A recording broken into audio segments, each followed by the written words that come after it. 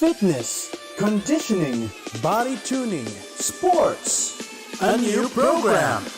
This year, we bring you a brand new Tambayan. Topics on fitness, health, and their benefits. Tips and tricks, techniques, guides, wellness. Only on FWSZ.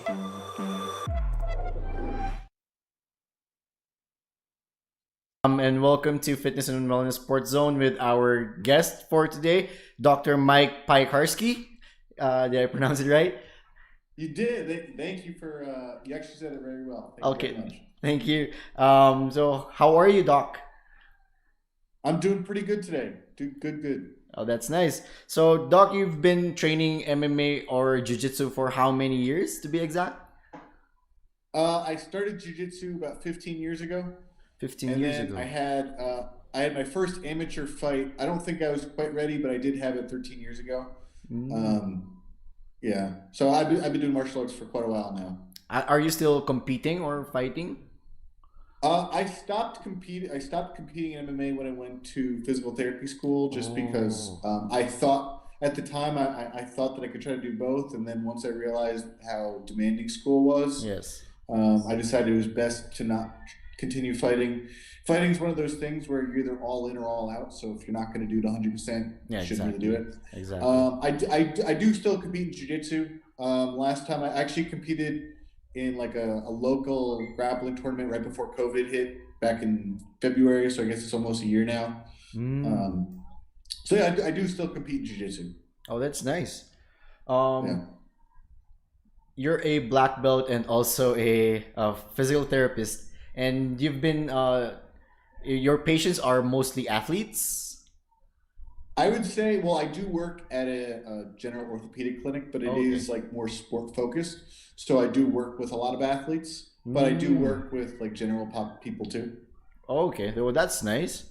So Doc, what was the worst injury that you've ever seen or encountered, maybe from an athlete?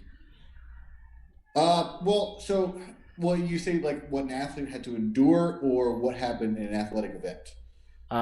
Athletic event. I would say in an athletic event, it's probably like the ACL tear is probably the worst, which I know seems very common. But the problem with the ACL tear is that's a really long rehab. You know, so there are some rare people that can compete without an ACL, but for the most part, surgery is required. The rehab, I mean, research is kind of showing that if you return to sport before 9 months, your re-tear rate is still very, very high. So if I'm working with an athlete, I'm really going to try to push them back till at least 9 months before we get them back to competing. Just to keep it safe. And that's if everything moves according, sometimes people aren't ready at 9 months. So I usually say 9 months to 12 months. That's why that's a real long rehab to get back to things. Oh, okay. How about if you got because one of our teammates, Lito Adiwang, can you put the clip, please? Thank you. He tore, I don't know, he literally broke the arm of of his opponent. Like, it's gonna be shown here in the video. Okay. Wait. This one. Let's go back to see that again. Do they have a better angle of how? I'm just trying to see how it happened. That one. It's like a key lock. I see his thumb. So it's like a straight ankle lock, but he's using because I see his thumb pointing down. Yes. Yeah. Okay. And then he kept on shouting, "It's broken!" But then the referee didn't stop it until the opponent posted his arm. He used it as a post, but when he was about to stand up, it gave up. The elbow gave up. Yeah. So that looks like it's the same mechanism of an arm bar.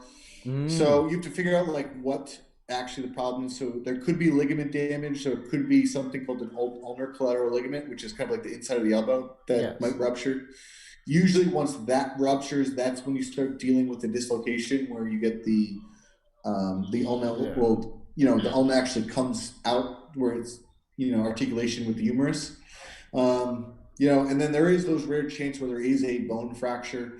Oh. Usually when people say their arm's broken with an armbar, that's usually not what happens. I know that happened with like Frank Mir's broken a lot of arms, but it's usually the ligament that ruptures, and then there'd be a dislocation that follows.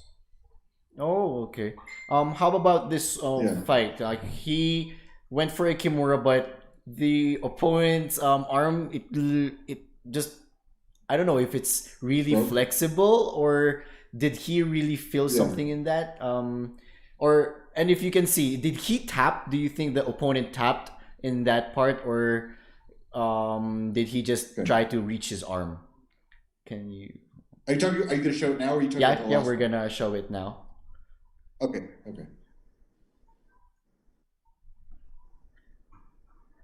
So this one. Yeah.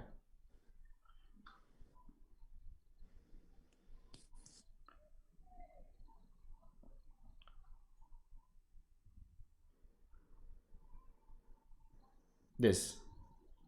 Oh wow. Okay.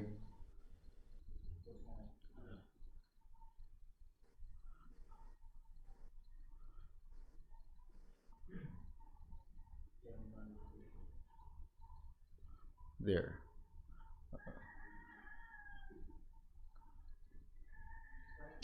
I guess that kind of looks like a tap, but it's hard to say at the moment because he could be just trying to grab his arm. Or is it really that flexible? Like, wow, I mean, other people would actually tap for that. Well, here's the thing: is one, he probably was in pain. He was probably getting damage, so we don't necessarily know what's going on. In a lot of cases with Kimuras, the structure that will break will actually be the humerus, kind of like what happened with Frank Mir and Nogueira. Yes. There was actually a really brutal one in, I think it was like the ADC trials, I think 2017. I think it was Ethan, he's one of the Danaher guys, Ethan, Chris, I forget his name. He had a really brutal Kimura break. The guy didn't tap, same thing happened. So again, is the guy flexible? One, he could be flexible. Two, you have to take in mind that if the attacker didn't lock everything down, it might not fully be loading up that shoulder.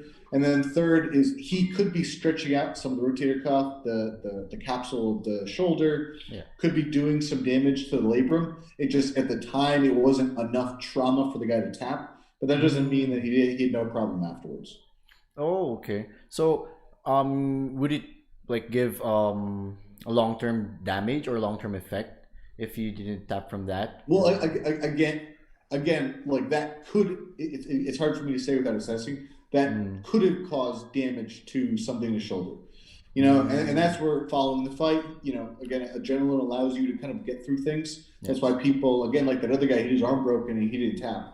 So following adrenaline, you do an orthopedic test, you can kind of see what the problem is, and then you could use some kind of MRI if needed, if the orthopedic specialist thinks that there's some kind of damage, so again, it's hard for me to say what was damaged. It just knows that, that fighter could have had many different structures damaged in that. Someone also asked me how to treat and recover from an ankle injury due to an ankle lock. So again, it depends. You can figure out what is going on. So typically what happens when we say ankle lock, we'll say straight ankle lock. Usually what that does is it starts to stretch the capsule of the ankle, so in front of the ankle. You'd want to make sure that the ligament that's commonly damaged with ankle sprain, so it's called the ATFL, or the anterior talofibular ligament, that's kind of like will be injured in toe hold. Sometimes that can also be stretched.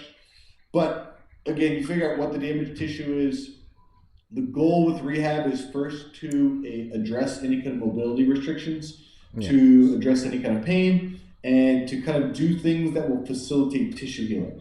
So early on, what they used to think with like a sprained ankle is they would do like rest and ice. Now what they do, they encourage like early mobilization. So the idea is you want to do a pain-free motion. So the ankle is technically 3 joints. So in the process, it'll have 3 degrees of freedom.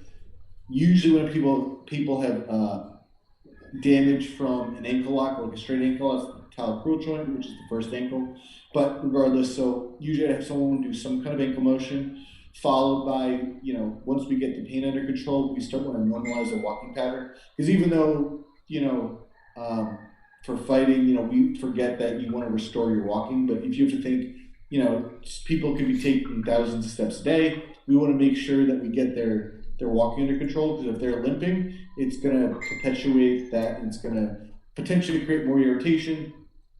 Once we kind of get the walking under control, then we can start doing some light strengthening or appropriate strengthening. Here's the thing with rehab, there's kind of like two approaches. There's one is, what type of exercises do we do that will specifically do appropriate stress to the injured structure? And then what do we do to make sure maybe the knee or the hip are doing well while you can't load the ankle because it's painful, right? Because there's things that we can do, like if we can't do something with the ankle, we can still do something with the knee or the hip, or address some other movement fault that might be problematic. And then once they can put load through the ankle, then we progress to that. Okay. That makes sense? How about how to treat and recover from a liver punch? Well, a liver punch is kind of interesting because it's like when you get hit in the liver, it kind of acts like a knockout, but you're not actually knocked out. Like, it's not brain trauma. It's just more of like, because the liver helps control a lot of the systems in the body, and that hits, it kind of creates a kind of like a, again, essentially like they get the knockout effect. Yes. Where you can't control your body. But usually there isn't long-term damage from that. It's more of like, the organ gets hit and then it needs to go through the typical recovery cycle. So I don't think there's necessarily rehab that you need to do for it. It just, maybe minimize trauma, like don't get liver punched until we feel like things get back under control. Okay, Doc. Yeah, it makes sense. You also talked about like what Max Holloway said about sparring. For you, is it really okay to spar, or is it like too much if you spar like 2 times a week, or what can you do? I think it depends on the situation. So I think early on as a fighter, sparring has a lot of benefits. Like I feel like you can't go into a fight if you've never sparred, right? Like you have to somehow get the feel normal, like the feel of as close to the fight as possible, because the speed, the intensity is different. Timing's important, so you kind of need to get that all down. At some point, someone like Max Holloway's level, like he's sparred for years, he's had numerous fights. He's someone where it's like, well, what does he need to spar to get that? And he doesn't need that. And I think the key thing is, I don't think he stopped sparring. I think he stopped hard sparring. So like in Thailand, they do kind of like play sparring, like light sparring, where you still get to work, you're just not getting clubbed in the head. So it's hard for me to make a definitive stance on it. I'm leaning towards, like, if you're an experienced pro, maybe start to wean the sparring out. But again, there's certain fighters that feel like they need to get that sparring in, and they're not ready. But there's some fighters that had, like 40 fights and their brain is still operating at full cylinders, but there's some that have had 10 fights and maybe their brain, they've had numerous concussions. Maybe that those fights that they're in, like you take someone like Calvin Kattar, like all the strikes that he absorbed in his blow against Max Holloway, he might have like long-term repercussions from that just because he took so much trauma. So again, it's hard for me to kind of like set like a stance saying like this person shouldn't spar. I said early on, I think it's beneficial. Later on, maybe a fighter can transition. I don't think, I think you can kind of like look at what the Miletich guys and the Shootbot guys did back in the day, where they were still like literally doing gym wars, even while that, they were the UFC champs and Pride champs. I don't think that's necessary, but again, you also have to take into account, like, that's what they did to get to that level, so they might think that they need to continue doing that. So for it's like, if you do light sparring, it's like it's gonna make your career longer. But if you do hard sparring and you always get your head clubbed always, it's like you're risking your career and yourself. Potentially. I don't want to say that that's always the case. It's just, yes. I mean, I think most people can agree that the more blows to the head is not good for the brain. If we can minimize that, so then the key thing is, what's the minimum amount of head trauma can a fighter take while still operating at all cylinders and still be able to prolong their career? I think that's the answer that we're kind of looking for. I don't think there is an individual. I don't think there's like a general answer. I think it's based on the individual.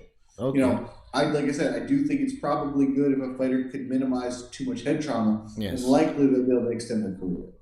Okay. What are the particular symptoms? Like, for example, somebody has a concussion after sparring or after an event or a fight. So there's actually 21 different characteristics or symptoms of a concussion. Just off the bat, if someone gets knocked out, it's instantly concussion. Okay. That being said, you don't need to be knocked out to get a concussion. You don't need to be even hit in the head. You could be hit in the body. You could make a whiplash effect, and you'll get the same effect of a concussion.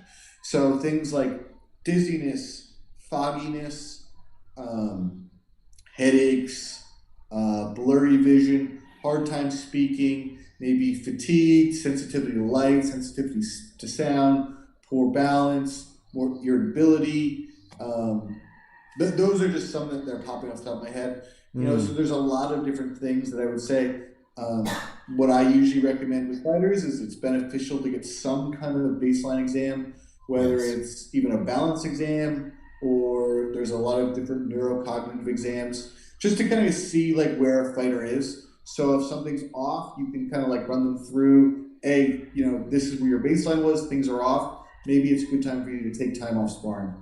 I think the key thing too is not necessarily for the fighter, it's for the coaches, because every fighter is going to want to keep going. Like, if you've ever been to the gym, you have a problem, you get dropped, you ask them, they're going to want to keep going. You know, like they want one more round. It's really on the coach to kind of like say, I think something's off. I think you need to sit. A big problem followed concussion awareness is if, let's say, you suspect a concussion, you need to get it confirmed, because people say, oh, I think I had a concussion, I take 2 days off. I go back to sparring. If it was a true concussion, your brain is not ready to be hit yet. A concussion symptoms might resolve in 3 to 10 days. Your brain is still going through this period where the brain chemistry is altered, where a lot of the the neurotransmitters are not doing what they're supposed to. And it can take up to, in some cases, 4 weeks for those neurotransmitters to kind of resume that homeostasis. So if, let's say, you get a concussion, you wait 2 weeks, you no longer have symptoms, but your brain's still in that vulnerable state, and then you get a second concussion. Now you're in that second impact phase. Now, in addition, are you risking more potential brain trauma? Now those symptoms may last for up to 3 months. Now it's like, again, that vulnerability window could be up to 6 months. So it's really important that when someone has a concussion, they get it properly checked. You kind of go through all the proper protocol to make sure that you get back properly. That's why, like, after a fight, in most cases, there's like 30 days non-contact. Essentially, that's because the physicians are like, okay, well, we don't necessarily know if you have a concussion if you're not doing these follow-ups. Just take 30 days off. So if you had a concussion, by the time you do go back to contact sparring, you should be okay. Okay. So if somebody, like, for example, here in our gym, somebody's experiencing headaches or dizziness, or, for example, they just say that, oh my God, I'm feeling kind of lightheaded, we should tell them that you should take a rest first for a while and don't go hard yet. I mean, you should see what's going on. Like, there's one thing to kind of get like your bell rung, and then there's one that's concussion. Like you get hit hard. Like sometimes you'll get that thing. Like, okay, that doesn't necessarily mean you have a concussion. Sometimes lightheadedness could be associated with other things, like being dehydrated. But again, if like you get hit hard and now you're starting to get headaches and things seem off, maybe that's a sign that you get a concussion. It'd be a good idea to go see a physician and kind of go get checked and see what's going on. Okay. I have this one teammate when we fought last year in Japan. He got knocked out, and then after the fight, so the three of us fought, and then he was the first one who fought from the three of us. But after the event, after the three of us fought, we went back to the dugout, and then he said, "When are we gonna start?" Like he forgot that we already started. He was saying that, "Oh my god, the event's taking so long." Like, and then after a while, when we were eating lunch, he doesn't have any appetite to eat at all. He feels sleepy. What else? He kind of feels like nausea. And what can you say about that situation or incident? Well, like I said, you get knocked out, he had a concussion. You lose consciousness, it's instantly a concussion. So, I mean, again, what I would recommend to him is you take about 2 days off to kind of like rest. Yes. At this time, it would be good to go see his physician to kind of go get checked. Assuming it is a concussion, you actually could do rehabilitation for concussions. Oh yeah. How is it? Speed along the process, especially if you're worried about having post-concussion syndrome. Yeah. Which is kind of like a delayed response, and let's say symptoms do not go after 10 days. You know, and then I actually have I have a post on returning to fighting after concussion. Okay. Generally, first what you do is your period of rest. Then you want to go through a period of just aerobic training, because when the neurotransmitters in your brain are altered, that if you get an elevated heart rate, that can induce symptoms. So essentially, you want to make sure you get your heart rate up, something like just basic cardio before you do any fighting. Then, assuming you get to, over 80% max heart rate, and you're not having any symptoms, then you could do something like resistance training, because again, that might get the heart rate pumping a little bit more. Then what you could do is you could do contact drills, whether it's working pads, whether it's working the bag, whether you're drilling things. Assuming you get past that 4-week mark, that's when I would start to potentially do contact sparring. But again, kind of like an easy approach. And you can't, if you start having symptoms, you always kind of have to go back. Okay. So really, really, really need to rest, and you really need to watch what you're doing before going back to what you want to do. Okay. Yeah.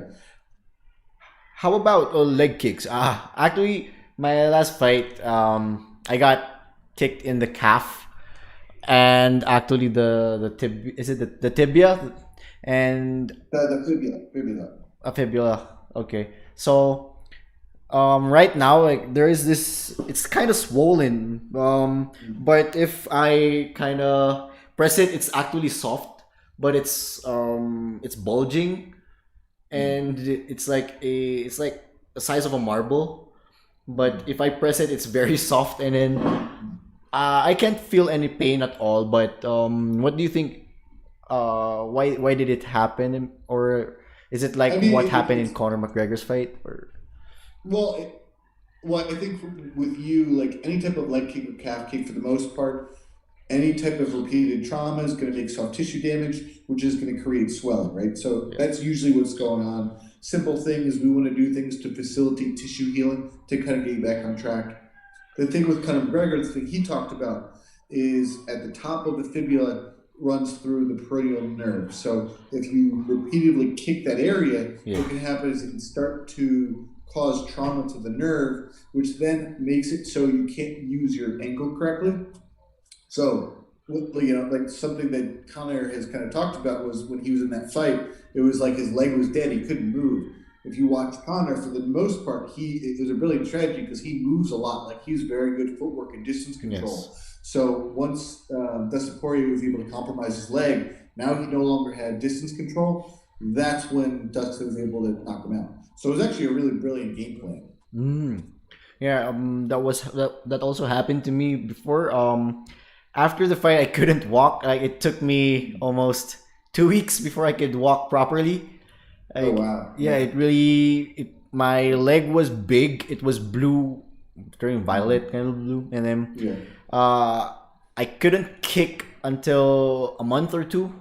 I couldn't use my left leg for kicking because it really hurts. Like I could feel every pain, and then whenever I tried to run, I could feel the upper part below the knee. I could feel like nerves. Like it's kind of like pricking it, you know.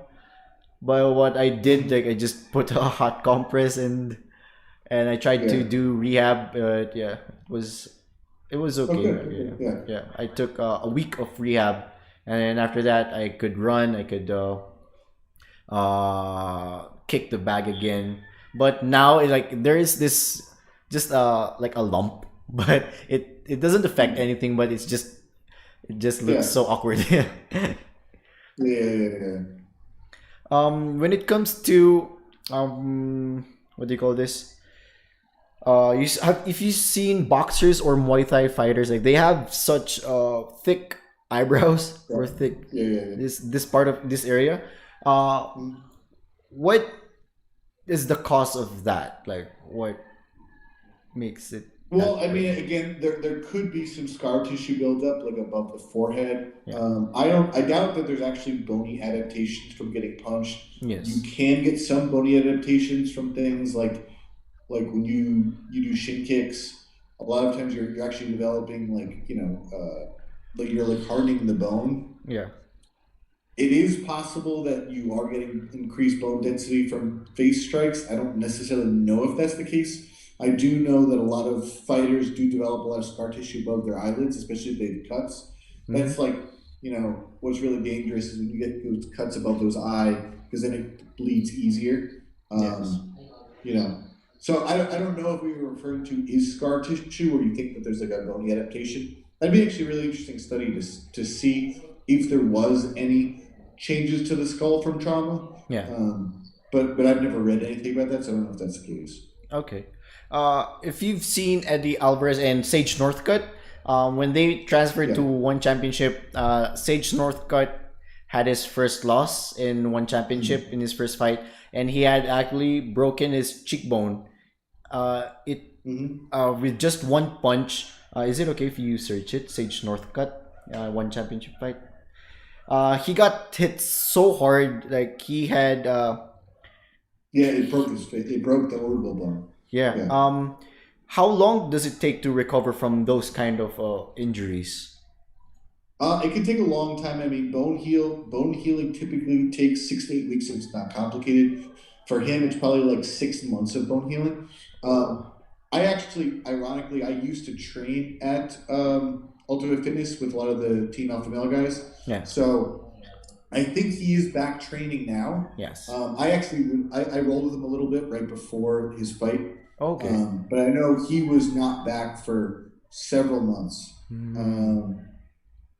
But again, I think he is back to training at this point. I don't know if he's trying to take a fight soon. He seems like he's someone where he doesn't do a lot of skill training between camps. He does mostly, I guess, just like physical training between camps, and he does a lot of his skill training when he's getting ready for a fight. Okay. Is it better to have, for example, in the arm, some people break their bone here? Like what's the name of the bone here? The humerus. The humerus. Is it okay if you like broke a bone rather tore your ligament? Well, so here's the thing: it depends if there's any complication. Bones heal a little bit easier. So, I mean, generally, if you're going to have like a humerus break, it'd probably be from a Kimura, which means if it's from a Kimura, it's going to be more of a rotational break. So it's probably not going to be a simple break. It's probably going to be a much more complicated break. That being said, bone healing, assuming it's simple, is easy. It's 6 to 8 weeks. Ligament healing takes much longer. So if you actually have damage to the ulnar collateral ligament, that could be much longer. A lot of cases, it requires reconstructive surgery. So in that sense, it's a problem. But again, if it was like a Kimura break, that's going to be a much more complicated humerus fracture. So I wouldn't say that's necessarily bad. Okay. So thanks, Doc. Thank you. Do you have any more words to say for like the athletes who are training outside or wherever? Say that again. Your last words for the athletes before we go. because the time is kind of. I guess the big thing that I notice with a lot of fighters is they don't actually address injuries. What they do is they get an injury and then they just let it heal. And then what's happening is that you develop those acute injuries don't necessarily get back to 100%. So usually what ends an athlete's career is they get this accumulation of chronic injuries where now they're not able to fight or train the way that they need to be able to compete at a high level. I know money is an issue because there's not a lot of money in fighting. I encourage you, if you are a fighter, you get injuries, work with a rehab specialist, a physical therapist, a chiropractor, an athletic trainer. Yes. Don't let those injuries build up, because I feel that it's like trying to drive a car with 3 wheels. Like, at some point you might be able to do it, but would it be better if you're driving with 4 wheels? Yeah. So if you have injuries, get them addressed. Even if it's just something small, like you don't necessarily need to be doing like months of rehab, but you should be doing something to get those injuries, as opposed to just letting them get worse and worse, and then you preemptively end your career because you can't fight the way you need to. Okay. So thank you so much, Dr. Mike, Dr. Kickass. Thank you so much for your time, and we hope to learn from you more on your posts, and I would be sharing always your posts. And thank you again, Dr. Mike, and have a good night. Thank you for having me. Have a good night. Fitness, conditioning, body tuning, sports, a new program. This year, we bring you a brand new Tambayan. Topics on fitness, health, and their benefits. Tips and tricks, techniques, guides, wellness. Only on FWSZ.